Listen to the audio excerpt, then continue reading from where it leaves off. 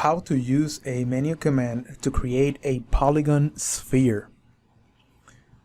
The first thing you want to do is to go on Create Menu and select the Polygon Primitive submenu and click to the right of the Sphere menu to open the Polygon Sphere dialog box.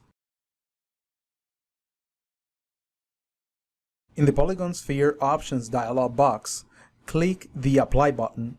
A single sphere object will appear at the origin of the View panel. Click the Close button to exit the dialog box. Click on Create Menu and then select the Polygon Primitive submenu and click on the Cone menu command.